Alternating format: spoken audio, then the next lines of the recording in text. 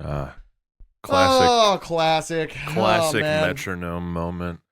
The last time we did this, I was experimental podcasting, right? Yeah. Because the last episode is the most recent episode was the Family Guy funniest moments, but Mm-hmm. uh, Directly before that directly was before that, the snail the dilemma. snail dilemma. Mhm. Yeah, that started off with experimental podcasting. Mm-hmm. Which Chipotle did you go to? It wasn't the closest one. It was the second closest one because Okay. the closest one had like half a star less on the I reviews. think that must have been the one I was at because I found a big old purple hair in my bowl. Not a joke. Damn. Not a joke at all. Yeah, I guess I chose correctly then. Yeah. Big old just like fucking I was like, awesome. Sick. Yeah. I didn't complain. I didn't ask for a refund. Mhm. I just walked up there and I said, "Hey, just to let you know, big old hair." Big ol' hair. And the guy behind the counter like went and talked to an old guy who I guess was doing prep, and I was like, "That guy does not have purple hair, Mm-hmm. unless he's concealing it under that Chipotle hat very, very well." Yeah. Yeah. Impressively so. So what was this? What was this Mike the Snare video about Oh, Jacob yeah. Collier defending? Make it. It was Momentary Collier cast, everybody. First off, it's not about defending Jacob Collier's music or like saying that it's good actually. Sure. It's more a defense of the guy. Mm-hmm. Because with the release of Jesse Volume 4, the discourse around him and his music was especially mean, I guess. Okay. And like I definitely noticed it way more than when the third one came out. I missed this entirely. So this is his fourth Jesse album. Yes. Why does he name his albums this? Is he? They're all based on cycles of the day. So they're all like, Okay. and they all follow a musical style or theme for the record. I'm getting ready to be mean. It's totally fine to be mean about the music, but like, especially with the talk around this album, it was a lot of boiling it down to just um, the most bare bones thing you could say about Jacob, and then like uh, getting very vitriolic about that. Like one of Mike's points was um, how sometimes it feels like people are just kind of using certain musical discourse topics incorrectly to try and weigh in on a situation that they don't really know anything about. Sure. Like one of the common points that he cited that people were saying was Jacob's music is boring because he has perfect pitch. And that doesn't indicate whether or not you have boring music. No. Yeah. And it's just something that you can do if you have it. Yeah. I also don't even really think perfect pitch like helps you like sing or make music. Really. No, you can just Our old tell. drummer had perfect pitch. Mm-hmm. Motherfucker can kind of sing, I Yeah. guess. Sam, you're not listening to this. You know, Sam's not someone who can like belt out anything. Mm-hmm. But perfect pitch did come up in the studio a lot and be like, Yeah. "That's out of tune." Be like, "All right, fucker." Like, You got to retune that. yeah. You got to redo that whole part. It's out of tune. It's like it's dissonant on purpose. Perfect pitch sounds like a curse more than a blessing. I'm not gonna Yeah. lie. I wouldn't wish it on my worst enemy. Especially with the amount of people that'll like make you whip it out at like a party or something. Like, so I've seen some clips of like Charlie Puth in interviews where someone's like, "What's this note?" and he looks like he wants to kill himself. Oh yeah, yeah.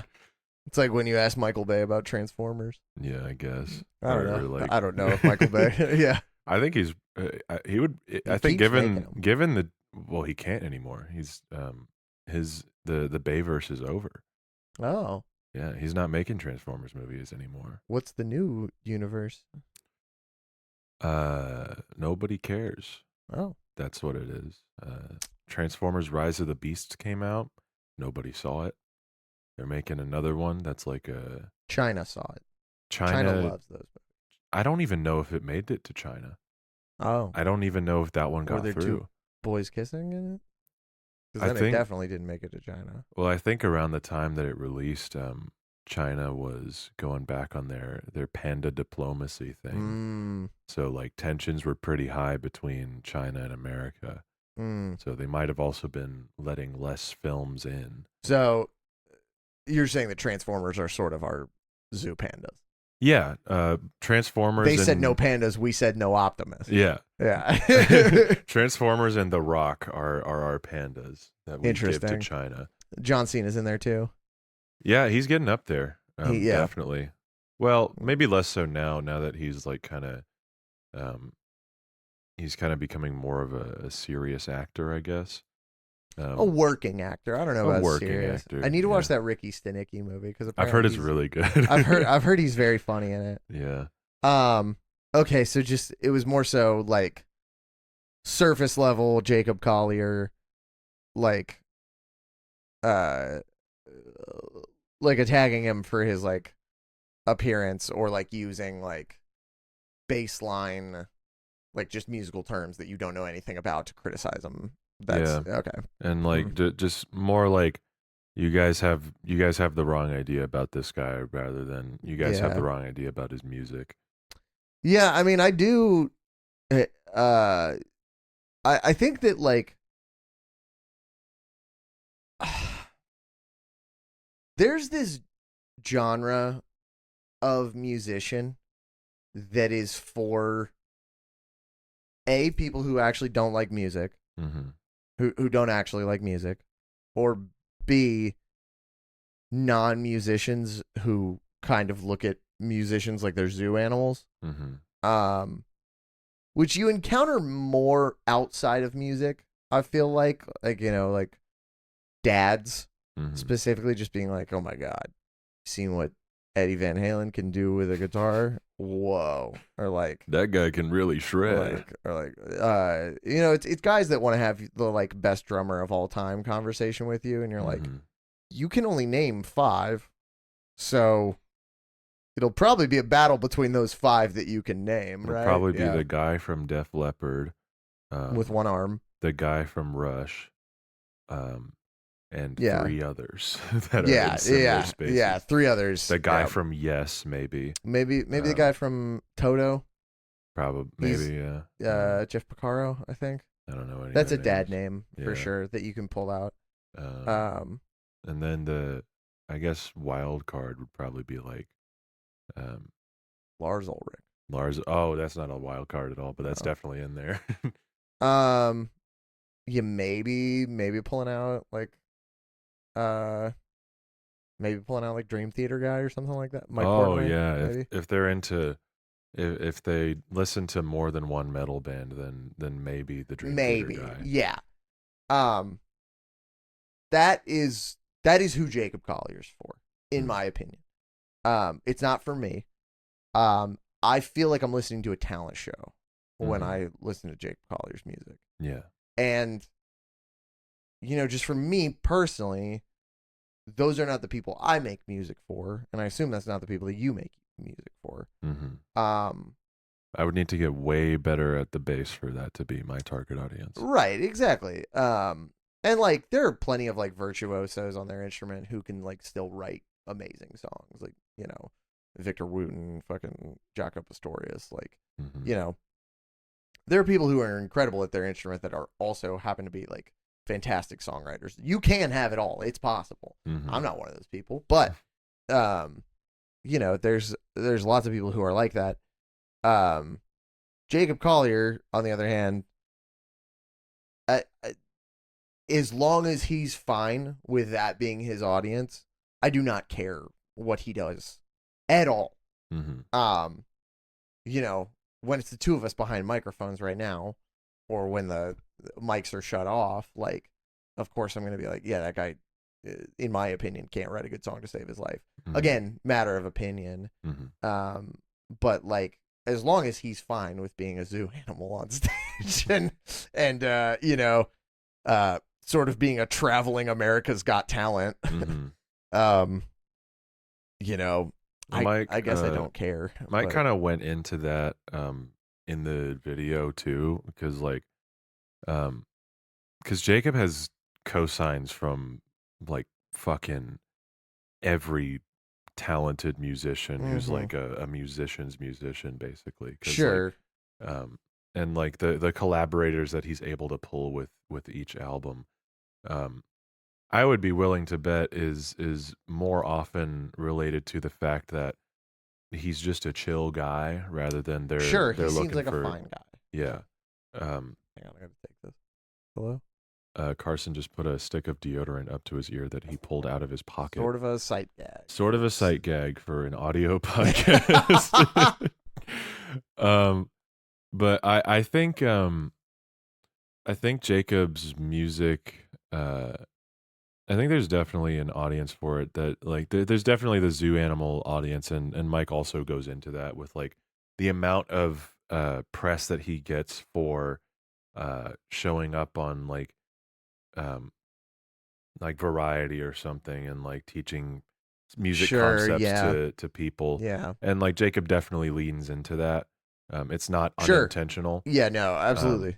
and his music is similar in that um the maximal the maximalist quality of it is very intentional, Jacob has said. And he said it's a it's like a reflection of the amount of ideas that he has, and like he wants to put everything on there completely Sure. intentionally just Sure. to do it, essentially. Yeah. And like that's completely fine. That's fine. um That, you don't have to yeah, like I it, don't have to absolutely. like it. No, um yeah. but it's there is a little more there. um I think like it's definitely it has an audience. It's the audience is not me. I listened to Jesse Volume 1 and I fucking hated it. Um Yeah. but I can respect the guy. This is the most Jesse thing ever. Like or the most oh shit. The most British thing ever to be like a Jesse is a sequence of each day. It's a sequence of each It's a day. sequence of each day. It's representational of the different parts of the day. And like, Yeah, I can't stand that. yeah. I mean, so what I maybe thought that Mike would be defending would be Rick Rubin came out with his book um a few months ago, I guess. Mhm. And I read it. I liked it a lot. Rick Rubin is like, in my opinion, uh someone with like he's very good at getting artists to bring out their vision. Yeah. And you know, he said before like he doesn't know anything about music. He doesn't, you know, he doesn't touch a console or anything like that. But like the guy's produced like some of my favorite records of all time, and Mhm. like I think that he's instrumental in bringing out like what the artist wants to make, like the vision of the artist and everything. Mhm. And one of his points in his book, um, it's a very inspiring point too, is like, um, when you're making art, you kind of have to envision yourself as someone at the top of a mountain, Mhm. and you have to kind of isolate yourself and decide what you want to make, and um put everybody else out of your mind, Mhm. like what the fans would want, like what an album that the fans would be happy with. You just kind of have to shove that aside, Mhm. um and you have to figure out like what it is exactly that you want to make, Mhm. which is a point I very much agree with. And he rounds that out by basically saying like, when you do that, you are making what the audience wants. They don't know that they want it, but by making exactly what you want, they've trusted your vision before. The reason why they like you is because they like your previous vision, so now they're going to like this new direction that you're taking things. Mhm. And I think that isn't true in every case necessarily. There's Yeah. definitely some outliers where it's like, oh well, this band tried to do this and it didn't work for them, you know. Mhm. Um, but I think in the case of in the interest of making what you want to make and it standing the test of time, um, I think that that is the way to do things. And Jacob Collier, I guess, also read Rick Rubin's book and was like, it was like, no, you have to go, you have to find a medium, and you have to come down from the mountain and figure out what the people want and balance what you want and what the people want. Well, what he said was his idea of music creation is the way he put it was coming down from the mountain and sharing it with other people, and Mhm. like because he views it as like a communal thing, like that's what music is to him.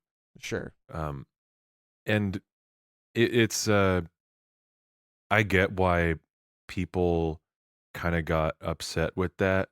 And a lot of people took that clip and posted it and was like, well, this is why his music is fucking terrible, because he doesn't make it for himself, he makes it for other people. Sure. But I kind of Which I don't totally agree with that no, as the point. no. I think it's a bold thing for somebody who has never written a song that I like to say, but like, you know. I think here's where I sit with that. I kind of agree with both. Yeah, sure. I don't think that complete isolation from everybody is the is a good way to make great art. In a lot of cases, I mean, sometimes some people's visions are so singular and like so specific that that's the only way that it can be that good. Sure. Um, Yeah. but I think intentionally and only looking in on yourself and trying to figure out exactly what you want. Sometimes you don't know exactly what you want when you're making a Sure. song. Which Um, is why I think Rick Rubin has come in handy for a lot of bands. Is yeah, like, Rick Rubin is very good at getting artists to the point where their vision is realized. And like, yeah, I don't see Rick Rubin's comment um, as an instruction for how you should approach sure, making art. sure, It is an advertisement for how he produces other bands. sure. Yeah, And Jacob's comment is the same. yeah, Um, sure. Jacob is not saying um, that. Well, he kind of is saying, but like he's stating his opinion on how he views the creation of art, because he views it as a very communal thing. Like, uh, hence he continued the analogy of coming down from the mountain and sharing it with the people at the base of it, Yeah. because that's how he looks at art. He looks at it as something that you make and you share with others. And like, Mm-hmm. not that Rick is saying that that's not what it is, Sure. but Rick is saying you make it and you share it with others without the others in mind. And Jacob's saying Yeah. he makes it with the others in mind, Mm-hmm. which is fine. That's a Yeah, I fine mean, way to approach making your that music. is, I will say, Jacob Collier v. Rick Rubin, the court case of the century. Yeah. I I think I'm always gonna side with the guy that's made a lot of amazing records. Yeah, You know what I mean? definitely. Like that. Like if I'm going to take advice from somebody, it's not gonna be from the guy that's making.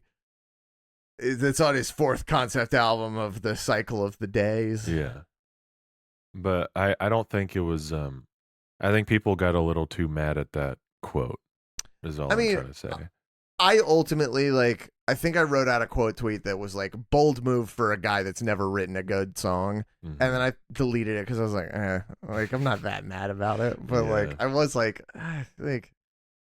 you know, you can disagree all you want with Rick Rubin's like perspective, but like also he's the one with a bunch of diamond records under his belt, and you are Well, you could also not. say Jacob has a lot of Grammys too. Because he does. Does he really? Yes. For what? He was nominated for Album of the Year the year Jesse Volume 3 came out. He has so many Grammys. And he works with a bunch of other artists too. Like he was on SZA's Good Days, and that song is fantastic. Like, Maybe I like him better complimenting other artists. Oh, he does great on other people's stuff. But I will say, like, regardless of Grammys, like that's not what I'm. Like I'm pretty sure like 1,000 Suns by Linkin Park did not win a Grammy, or like Toxicity by Yeah. System of a Down didn't win a Grammy. Like all I'm I don't saying know is what like they did, it's a but, like, similarly frivolous. yeah, metric. no, I get what you're saying. That's interesting. I fucking hate his music, dude. Like, it's so bad. Yeah. I really do not like it. But I mean, let the guy live, Yeah. folks. Let him hang out. Let him hang out. He seems cool. He seems like a chill guy. I'd probably kick it with him. I'd hang with him for sure. Yeah. I'd hang with him for sure. If he starts barking chords at me, I have a Arturia key step to help me cheat at chords. Mm-hmm. I don't want to play it. I don't want to figure those out myself. Yeah. Gotta do them on here. Just press a button and it goes Just bloop, press a button. Bloop, bloop, bloop. bloop. Anyway, Welcome back. welcome back to the Santa It's a podcast. I don't know how long we're in, but pretty normal for us, I guess. I'm one of your hosts, Dawson. He, him pronouns. He, him pronounce. If you want to pronounce it incorrectly, I don't know. That's pretty funny.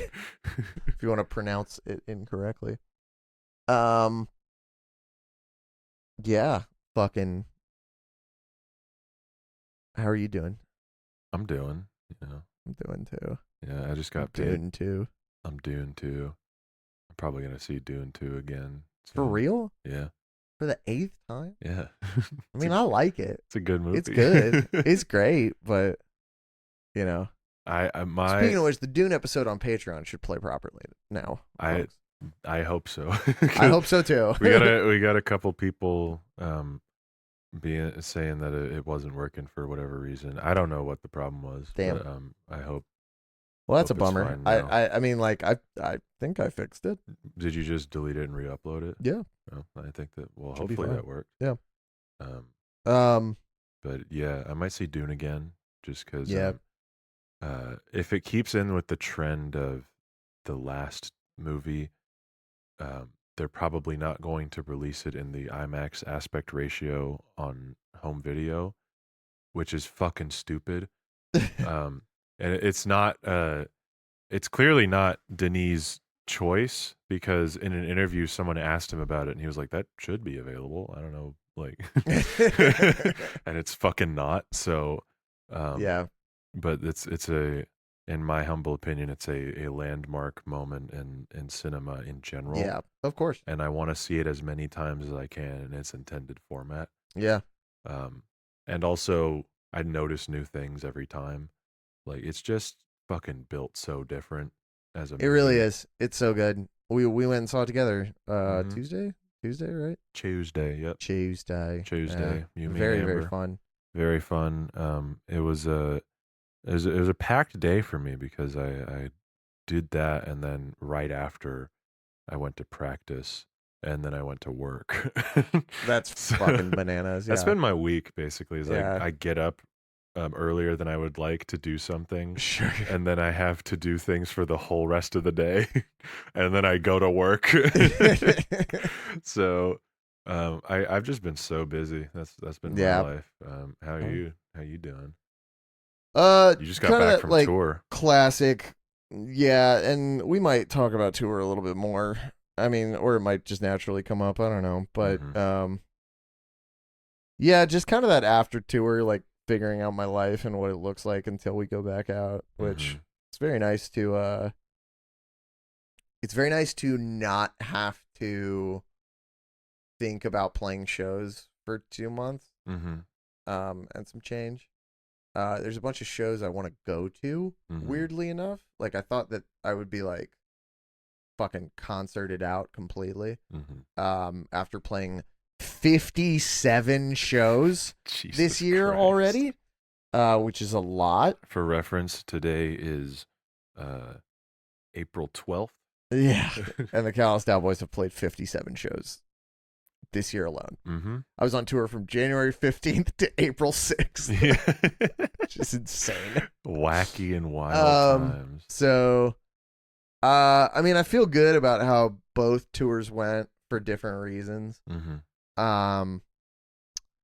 Might quit my job. I don't know. I Yeah. feel like I've been saying this for a couple weeks, but Yeah, or you for- have been a little for a couple episodes, but I think I'm done. Yeah. bit. Yeah, I'm going to interview going with Skylar from He Is Legend to go interview a FBI whistleblower in Oh. like 3 weeks, and we're gonna film it and stuff. How So, did you land that one?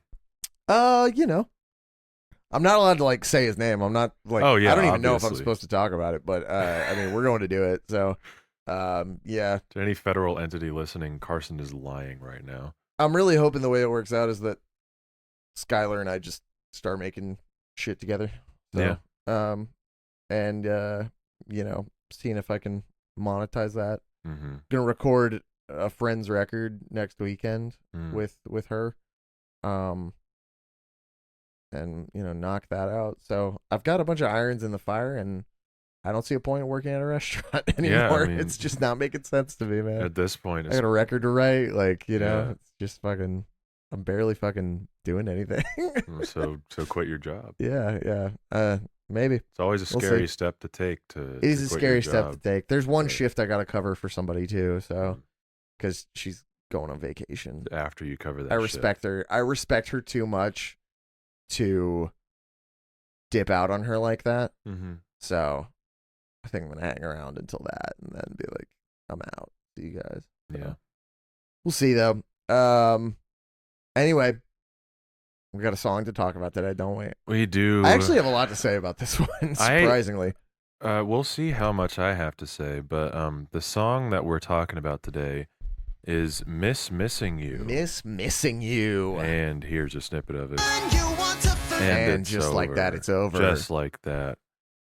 We're so in sync with We're the so ending our the cycles clip. are in sync. Right Our now. cycle. Yeah, dude. My period, your period, flying it They're up, happening dude. at the same time, all the time. Oh, I have something exciting to ask you. Oh, what's up? Off pod thing. But Okay. It's pretty cool. It's pretty cool. It's an idea that we came up with, and we as Dow Boys came up with, and yeah, Bummer Okay. Hill is a part of it. So Okay. we'll talk about it in a minute. Okay. Okay, shorty. Okay, shorty. So I think this was the first time I had heard this song since this album came out. This is definitely the first time I've heard it since doing my famed Twitter listen through. Yeah, that started this podcast. Yes. First off, sucks.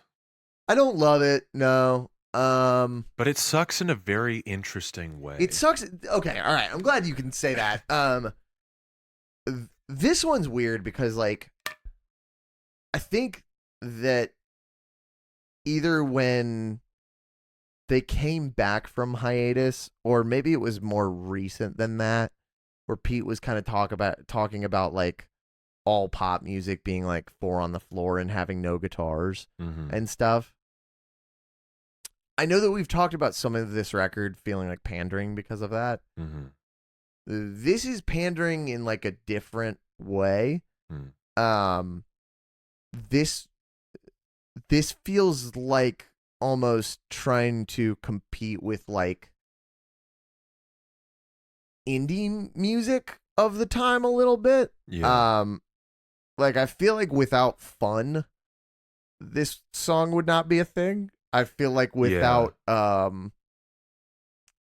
feel like without Foster the People, this song would not be a thing. Mm-hmm. And so on and so forth. I feel like I could just keep rattling off names Just from rattling off the 2011 to 2013. indie hit song sweepstakes winners of Yeah. that era. Yeah. The like weird like bit crushed modular synth thing that is Mhm. going on throughout the track is like kind of interesting. Mhm. It feels like that was like the first thing they came up with, and then they built a song around it, and they were like, you know, we could cut that and it wouldn't make any difference, and then they just kept it in. Um, I I don't think I can say that I hate it. Yeah. I don't think it's good. It's an interesting song. It's a very interesting song. Mm-hmm. And before this, you and I watched a live video where they've transposed this song, I think, 2 steps down. So that means they're playing it in C sharp standard, which is a little weird. It certainly felt a lot more comfortable for Patrick. It also sounds better. It sounds way better. It sounds so much better.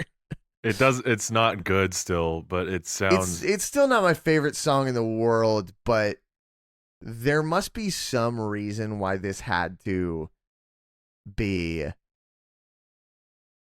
There must be some reason why this had to be in this key. I think they just wrote it like that, and then because from a live video at the time, because we watched 2 live videos, one from 8 months ago and one from like 9 years ago.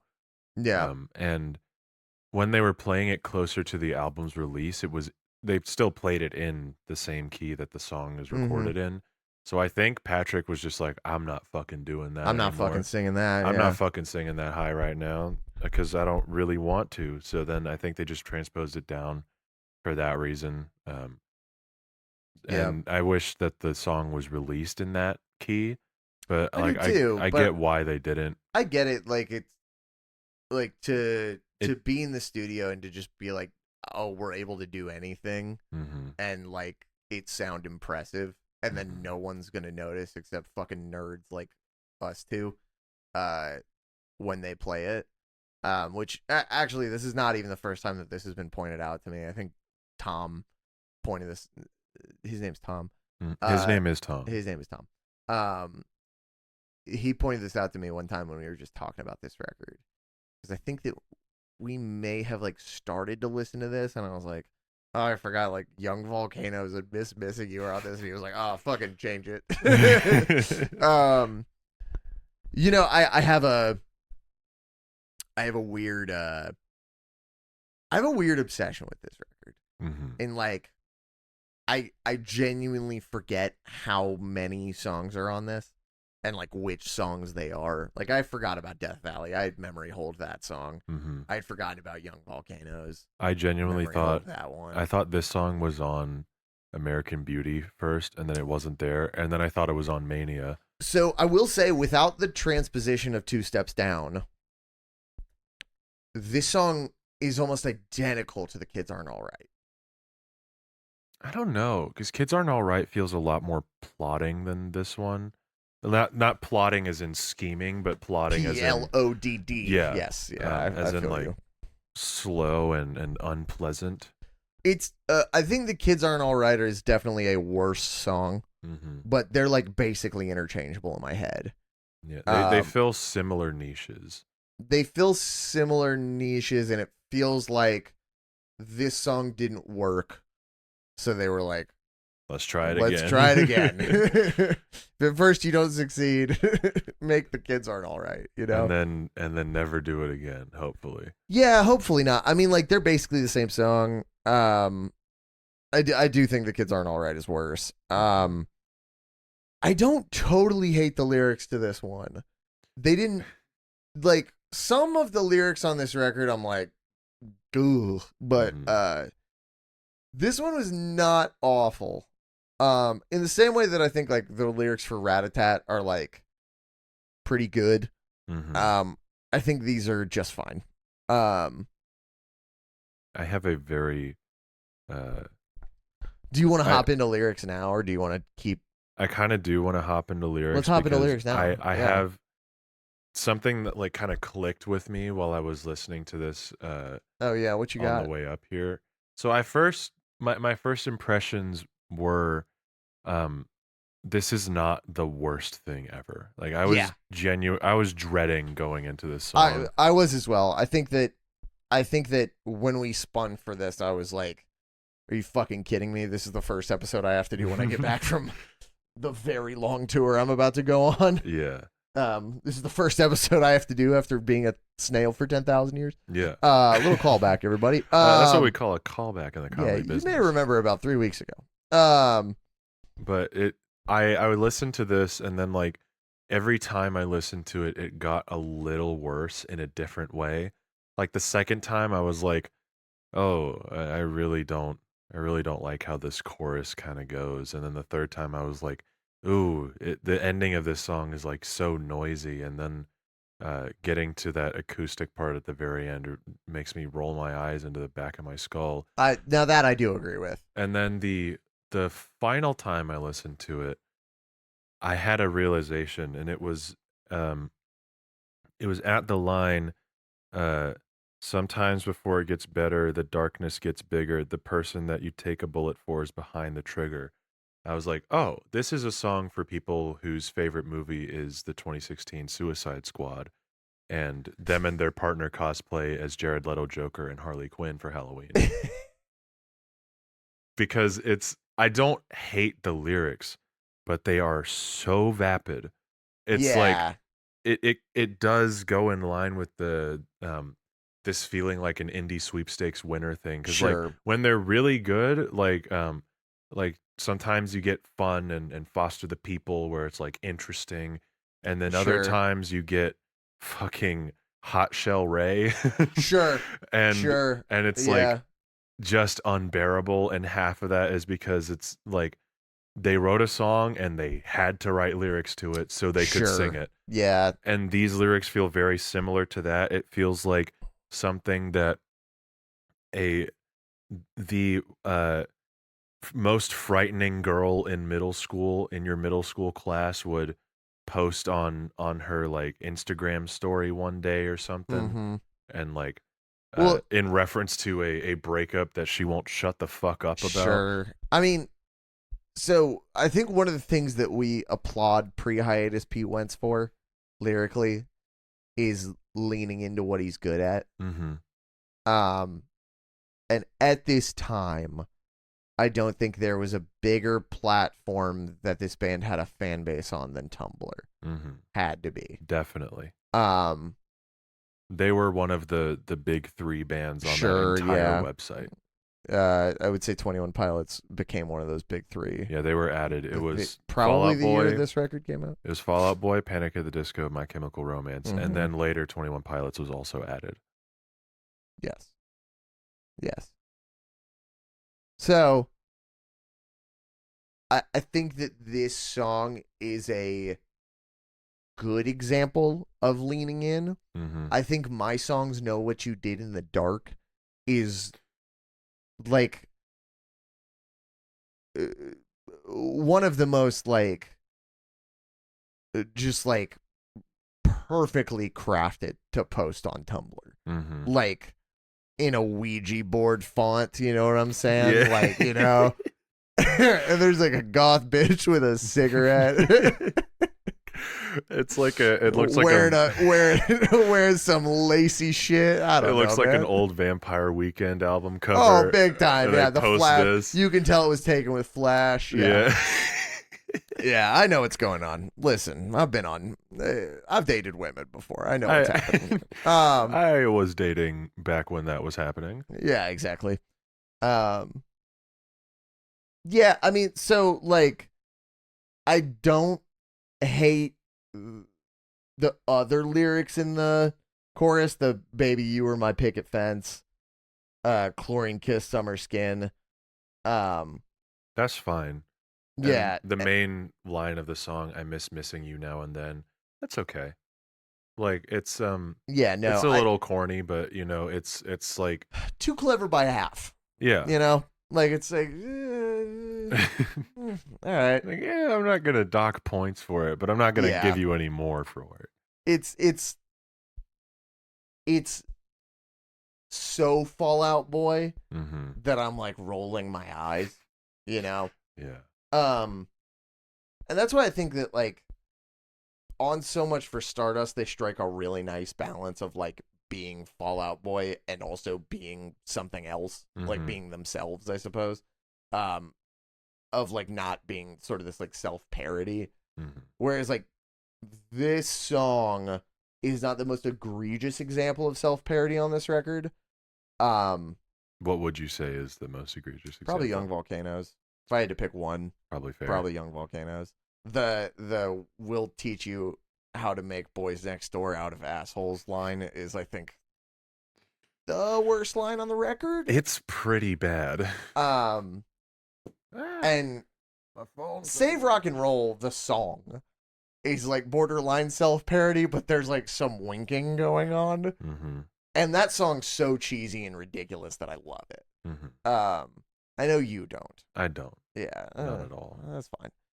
But yeah, this one like borders on this one is like not so much a parody of itself as there's something else interesting going on here. I can't totally put my finger on what it is though. It feels like the lyrics feel like a first draft of something Yeah. that could have become more interesting. I think before re-listening, I would have said this was one of the worst songs on the record. Mm.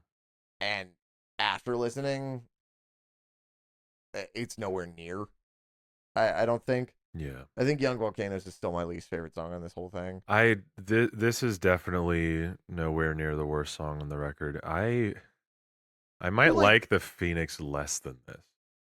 I'm not gonna lie. I don't totally disagree with that. Mm. I think The Phoenix is a great song. But also, like, again, the self-parody thing of, like, put on your war paint. Mm-hmm. Like, I had to see that written in the fucking Tumblr text for, like, 100 years, it felt like. Yeah. So, I don't know. I don't know. The Phoenix is, like, sick because it's a loud, angry guitar jam. It is And I'm definitely like- louder, for sure. Yeah, it's definitely louder than the song. Whereas this is like, I don't know. I think this might just be a pretty good song. Like, I'm not gonna go that far. I don't know. Because I don't like the lyrics. Like just because there's not really a line that I can point to that I would go, oh, this makes me want to kill myself. The more I look Mhm. at it, it doesn't mean that there's anything more impressive You- than that. You dislike this record. A lot. This is your least favorite Fall Out Boy record. Have we gone on record with that? We have gone on record with that many times. So what's your favorite song from this record? Probably this one. No. See, the thing is, having a favorite song on this record for me is like, it's kind of like, do you want to get waterboarded or electrocuted? Like, it's not that I Okay. like any Jesus. of these songs. Yeah. It's So what is this one? it's not waterboarding. It's Just getting kidnapped. It's yeah. I'd Yeah. say it's getting kidnapped and then like nothing Sure. else really happening to you. Sure. Like, it's scary, but like uh-huh. the kidnapper, they're not gonna do anything to me, and like they've made that clear, and they're just like, hey man, we're just looking for some like quick ransom money, and like we know yeah. we know we like know your your family has it. Yeah. your family's like billionaires and shit, and like Sure. we're not gonna do Sure. shit to you. Sort of a John Benet Ramsey situation. Yeah, whoever that is. Oh, well, it's nothing at all like that situation. Oh, but okay. That was the joke. Was I was hoping you would be like, no, it's not at all like that. No, I don't know who that is. Yeah. Um, Subverted my expectations more than anything. Yeah, it's getting kidnapped and then returned like a week later. Okay, fair. Well, I mean, just looking at the other songs in this record right now, like the Mighty Fallen Death Valley bookend this Death track. Valley is getting shot in the head, but surviving. Yeah, Death Valley is like a cancer diagnosis. So, like, Death Valley is Yeah. going to the hospital thinking it's a cyst, and then it's stage 4. sure, yeah, and you have like 2 months. Yeah, and the Mighty Fall is. Oh, it's. I think it Botched might be. prostate exam. You go in there for a routine inspection, and they open up an anal fissure on Yeah, either yeah. sides of your ass. So you have two anal fissures, and it's way harder to poop now. Yeah, the doctor goes, "Oh It's God!" like, oh fuck. I was making a big Sean joke. Oh yeah. He goes, oh God, and then you have to Oh come. God! You try and heal it on your own with home remedies, and you have to go back You're like Dr. Sean. He's like, Dr. Sean, please call me Big. Dr. Big, Yeah. you've opened my ass in not the cool Dr. way. Big, you opened my ass. Doctor, it's gonna hurt so bad to poop now. I might have to get surgery for this. Yeah, and then this is towards the back end. Like, Young Volcanoes is After Death Valley. Thank God you get Rat-a-tat and Save Rock and Roll at the end there, you know? Mm-hmm. For sure. I think that if I had to choose a song that annoys me the least, it's probably the title track. But this one's like right behind it. I haven't totally soured on the Phoenix since our episode. Mm-hmm. I don't love it. And I don't reach for it as much as I thought I was going to post that episode. I don't know if I'll reach for this song either. No, I won't. I don't know. I think it's okay. I think it's okay. It's a good song. Where it's not great. Where it crosses from being unremarkable to bad for me comes in the production. That was the next thing I was going to bring up once we got off lyrics. I don't like how this song sounds. Just before we get off lyrics, okay. I think your hot whiskey eyes have fanned the flame is very funny. Your hot whiskey eyes. Yeah, I put whiskey in the microwave. What about it? I also, so give me your filth, make it rough.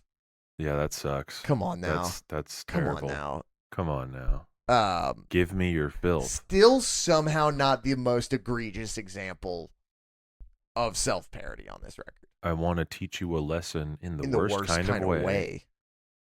And then, funny enough, the line right after "Give me your filth" is "Let me trash your love."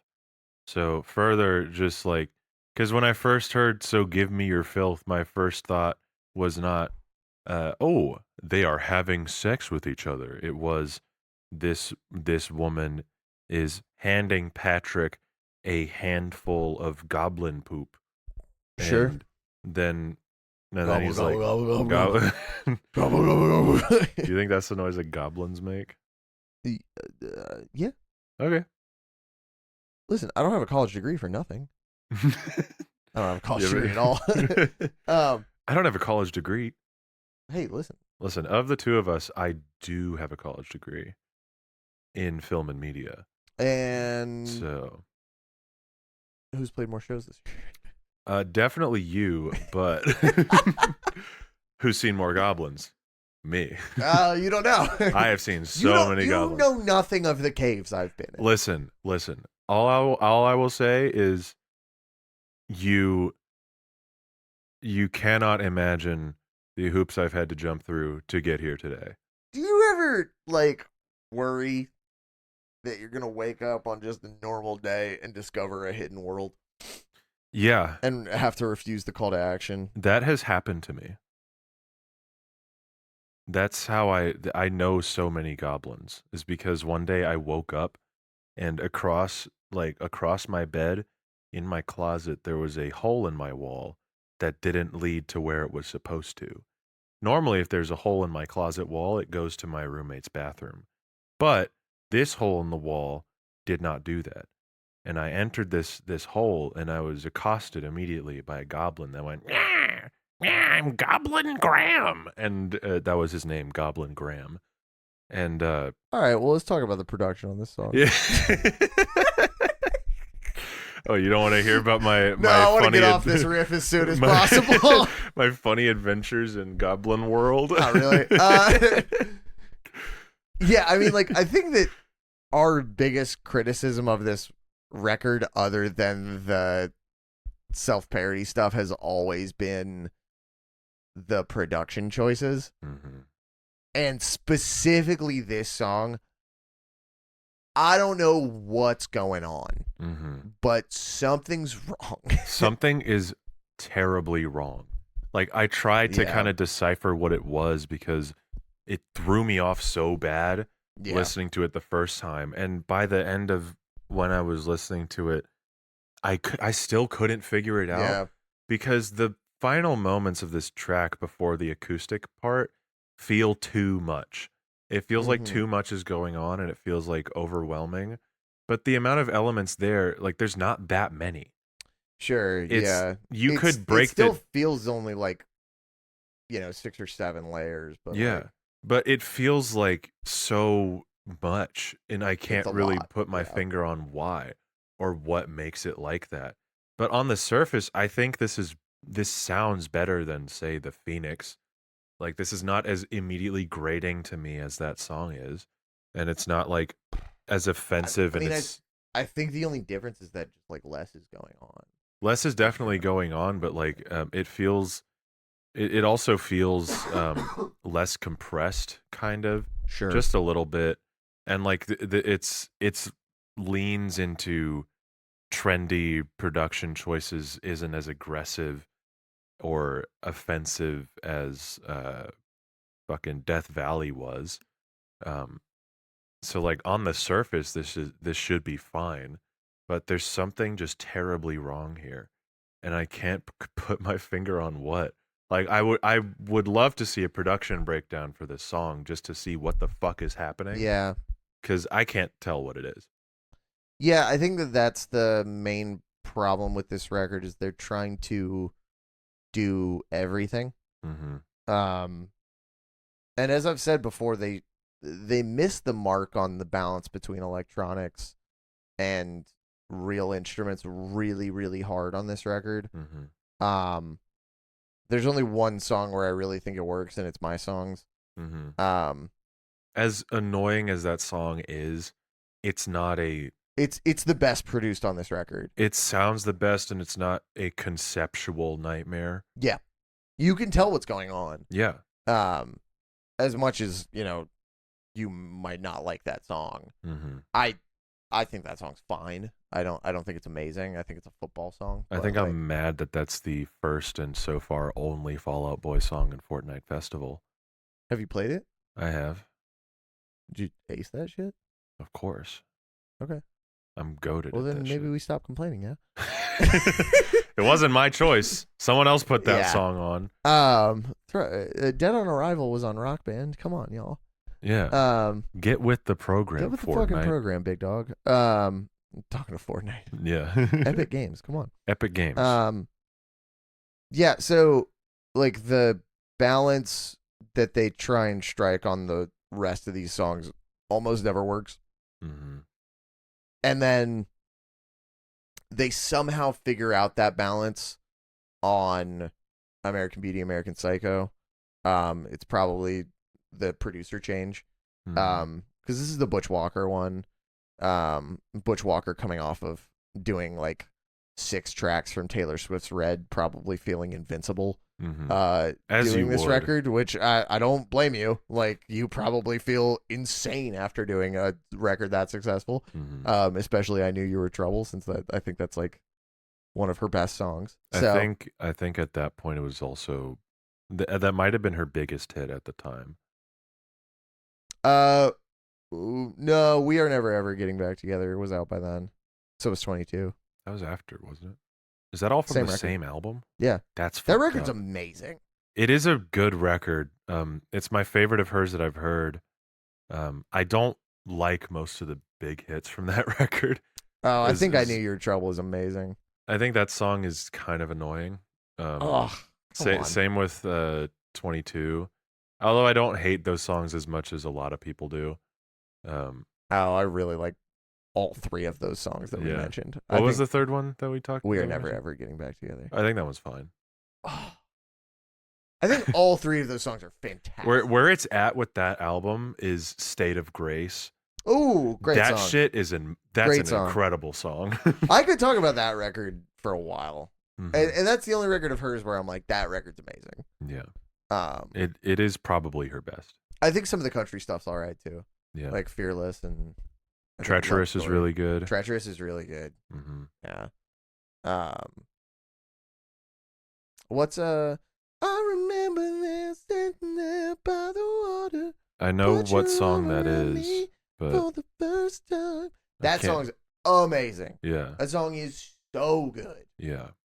Anyway, She's always known how to write a great track. yeah, Kind of crazy. I think she's kind of losing it a little bit. I don't like Midnights at all. Oh no, I didn't like that one either. I didn't like Midnights. I did not like. I thought Folklore and Evermore were fine. Mm-hmm. Is that what the other one's called? Yes. Okay. I think Mirror Ball is one of her best songs. Yes. But it is those records are kind of hit or miss. Yeah, they're too long. And there's two of them. And there's two of them. Yes. Mm-hmm. The track with Bon Iver is also really good. Oh, that song's really good. And then I think that Cruel Summer song that's recently been going around. I think that song's really good. I haven't heard it. Oh, you've heard it somehow. You've heard it. I haven't heard it like intentionally listening to it. I did not know it was her. And also, I was like, I also didn't know that it was a song from Lover. Yeah, it's like recently popping back up and like doing numbers again. It's the biggest song on that record. Now? Yes, it was not because it wasn't a single. Yeah. It was not big at the time the record came out, and then it just had a resurgence, and now it is the most popular song from that record. That song is awesome. That song's fucking sick. I've heard it's great. You've heard it like just in life, I bet. Probably. I didn't know it was her, and then it was like I was in an Uber listening to it, and I was like, oh man, this song's really good. Yeah. I was like, this song's amazing, actually. Yeah, I mean, I hate Lover otherwise, though. I think that record's really bad otherwise. It's a little confusing. I think it's funny how that was meant to be like a momentum reset after how bad Reputation was, and then it still wasn't that good. But then it didn't matter because after that, she became the biggest pop star ever, basically. Yeah, now she's the most famous person alive, so it doesn't really matter. Yeah. Good for her. Good for her. She's like stabilizing local economies. I would rather it be her than, say, Nav. Or well, that's never gonna happen. Yeah. Bah, bah, bah, bah. Oh, Carson's shooting and killing Nav right in front of me. Holy fuck! One time we were playing in Philadelphia, and we were playing like and the Nav small. showed up. You're closer than you think to the truth. What the fuck? We were playing in Philadelphia, and we were playing the small room of this venue with varials and drugs. And we went over to the big room. We were like, oh, I wonder who's in the big room. It was Nav. I watched like half a Nav show. Holy Dawson. Crap. It was so bad. Yeah, it was like a 5,000 cap venue, and he did not fill that shit out, man. Damn. I'd say he sold about 1,000 tickets. Nav sucks. Maybe. That Nav guy's does so suck. bad. Think of somebody actually competitive that could be as big as Taylor. Like, I'm glad it's Taylor Swift and not like Chris Brown. Yeah. Or definitely. like even like Jason Derulo has hits upon hits. I don't know if I could do that many people obsessed with Jason Derulo. I could not stand a Jason Derulo Eras tour. I could not. I think I'd probably enjoy it. He's got so many good songs, dude. I don't think so. He's got a lot. I hate Jason Derulo's music. You don't like I think Riding Solo is good. Great song. I think that's a good song. What You Say? What You Say is all right. Yeah. But apart from that, What You Say is cool because I think it's like the most egregious use of a sample ever. It's kind of fascinating. It's hilarious to me. Like, yeah. I think it's like the craziest thing in the world, especially for such like an emotional song that it samples. And then there's a I love that song is I love that song is like, listen, I was cheating on you, but I might be famous one day. So you seems should like it's fine. You should let me cheat on you more. is Seems like what it's I'm saying. fine, actually. Seems like I'm not at fault at all, honestly. He's not pussy tighter than a headband, is he? What? Who sings that song? Is that B.O.B.? Maybe I'm thinking of the line that pussy tight as a hair tie off of Boys. No, not uh Fake by Brockhampton, which Merlin says that line. Oh no. And it is a whack line in an otherwise good song. Well, I'm asking you about a Jason Derulo song, or maybe it's a B.O.B. song. I mean, I'm not as familiar with that song off the dome. You know But B.O.B. was at our Atlanta show. I did know that. Really nice guy. Dan, which is really funny to say considering he's such a bad guy. I mean- Verifiable anti-Semite. Oh well, but that's because he's a conspiracy theorist. Yeah, still not good. It's not great, no, but like he was very nice. It was funny how A friend of ours plays guitar for him. A very close friend of mine plays guitar for him. So I that's so funny. I did not know about the anti-Semite stuff, Yeah. but never mind. I guess Well- never mind. I guess it's not cool to B.O.B. It was really funny. Like at that show, just being like I was about to leave the green room, and then Dan comes in, and Dan's like, "All right, I'll be right back. I gotta let B.O.B. in," and I was like, "How? That's funny." And they were like, "I'm not joking." Yeah, And I was like, "Oh, okay." taller than you would expect. I do expect B.O.B. to be like 5'6" max. 6'1". Damn. I was very surprised. I was like, that guy's fucking tall. How Maybe not can you- 6'1", but he's taller than me, How can I'm you 5'10", be tall so- and be a conspiracy theorist? right? How does that work? Yeah. No, I met him and I was like, first of all, he looks old. Mm-hmm. And because, I mean, I guess he had to be almost 30 when Airplanes came out. Mhm. And Airplanes is like a 14-year-old song at this point. Mm-hmm. Maybe even older than that. Maybe. So, I mean, he looks like a 50-year-old man. Like, like he just Makes does. sense. So, it was very funny. We texted our like tour group chat. We were like, B.O.B.'s here. And Lane, our sound guy, just went Airplane. Airplane. Airplane. Hey, you All want right, to see a magic trick? Yeah, sure. I know exactly what we were talking about before we went off on this tangent. No shit, really? Butch Walker feeling invincible. Oh my god, wow. We did go off for a very long time after I said that. Butch Walker He felt invincible after Taylor Swift, and then probably still felt invincible after this record. as someone who worked in Atlanta studios for like 10 years, Butch Walker, if you're somehow listening to this, you're fucking awesome. Mm-hmm. I love every minute that I've gotten to A, watch you work, B, talk to you. I don't know what you were doing on this one, brother. Yeah, it's listen, I get it. Yeah. You just got off of Yeah. a Taylor Swift record. A Taylor Feeling- Swift record where you feeling probably unbeatable. weren't having to manage this many real instruments. Mhm. And like it was probably like hired session musicians who did not give a shit if you like comped 95 takes of something. Probably. But you know, it's a little different for this. And then my song's coming out and being as big as it was, you were probably like, I'm still the GOAT. And in Yep. some ways you still are the GOAT.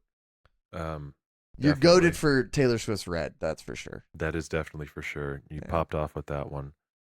What's he doing recently is my real question. And then we need to rank this thing and get out of here. That is a good question. Butch, what are you up to? Oh, I forgot he did Girls, Girls, Boys on that Panic at the Disco. Yeah, record. he's worked with Panic a lot. How do we view Page views. release Release date? date. There we go. Oh, he did some of the new Green Day record. Oh, he did most. I think he did all of the Green all Day of the new record. Green Day record. I Mm, thought that said Maroon 5. I was that is his old band, Marvelous 3. Wow. I guess they're putting out new stuff. I heard the Green Day record was successful. I didn't Good for listen to him. it. I didn't really want to. Man, he's doing like nothing. August is Falling. Oh, I guess he did a couple of the songs on the new Panic at the Disco record Can you click on that August is Falling by song? the band August is Falling. Is that what I think it is? What the fuck Why is does he this? have a production credit on the fucking God, what's his name? Fuck, he's a YouTuber. Pat Finnerty parody song. That's kind of crazy. Why does he have a credit on that? That actually doesn't surprise me that Pat knows that guy. That's so fucking Pat knowing funny. Butch Walker is probably the least surprising thing I've ever heard in my life. That song is really funny and also unironically very good. Yeah, I mean, well, happy Butch Walker's still getting work. Yeah, good for him. We all have missteps here and there. Yeah. Like, so I don't really like. I'm not mad at him. Just want to know what happened. No, neither am I. I am mad at you for 50 Ways to Say Goodbye, though. That song is dog Yeah, that song shit. sucks. Unbelievably terrible. I think if we did a train podcast, we would both find unique ways to end it all. Carson is now just scrolling through everything. Well, I'm looking Butch for the Walker's fucking worked on. Taylor Swift stuff because it's not listed over here. And if I'm wrong about this, I'm going to be so mad. He definitely worked with Taylor Swift. Yeah, you passed some of it. Okay, there's everything has changed. Uh-huh. Oh, Taylor's version. Okay. He also worked on the original. It was there. He did work on the original. Okay, I see what's happening here. Okay, I'm stupid. All right, let's rank this song and get out of here. I've got my number. What's your number? 5. I think me it's a 4. That's fair. I knew it was going to be somewhere there for you. I can't really work up a lot of rage against this song, but I also never want to listen to it again. But I'm not gonna throw a fit if it's on and I'm somewhere. Sure. Like it's not that big of a deal. But Yeah. I feel you. But that's our podcast. Thank you so much for listening. If you still are, if you're not, come on. By the way, man. I don't know if we've officially said a stance on this podcast. Free Palestine. Oh yeah, yeah, definitely free Palestine. Yeah. Israel is committing a genocide currently, and Not that I feel like the need to. It's just like I haven't said anything about it on stage at all, and I just want everybody to know free Yeah. Palestine. yeah, just to get that out there. Just to get that out of the way. Yeah, so free Palestine. Follow our bands because I was Jesus. right in the middle of doing that, and I can't stop once I'm on it. Go for it. At the Calistyle Boys on Instagram, at Calistyle Boys on Twitter, at Bummer Hill on Instagram, at Bummer Hill ATL on Twitter. Carson just is still farting. Carson just ripped Jesus. ass. All right. Fucking follow the podcast at The Dreaded Wheel. Subscribe to our Patreon, patreon.com/The Dreaded Wheel. Give us your money, please. And new Bummer Hill album, Far Removed, out May 10th. Bummer Hill Tour, May 17th through May 24th. That's right. We're playing Coachella after that too, June 14th. And I think that's everything I can talk about publicly right now. Yeah. Cowboys are in the UK.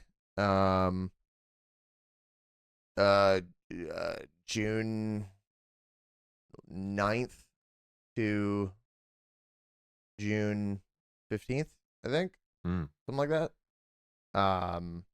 Well, we start in the Netherlands, but Netherlands, and then play Bristol, London, Download Festival, Glasgow, Scotland. Very short run, but all the shows are selling really well. So buy a ticket before they're sold out, please. And then you're playing those Dillinger shows. Oh, I thought you were about to like accidentally reveal the tour that we're announcing No. next week, and I was like, ugh. No. Yeah, I mean, there's no sense in promoting them. All of them are sold out, but yeah, it's just cool to say. it is just, it's very cool to say. But yeah, with all that out the way, let's spin this wheel and Yeah. skedaddle. You want it? You want it this time? Sure. Cool. Blammo. It's going. Blammo. It sure is. It is Dear Future Self. Dear Future Self, Hands Up, which is a non-album single, I believe, released after Mania. Oh, okay. I believe it's a collaboration with Wyclef Jean. I don't think I've ever heard this song. I definitely haven't. All right, well, So we'll talk about that next time. we're gonna see if it sucks or not. Yeah. All right, everybody. Bye Thank you very much. bye. Bye.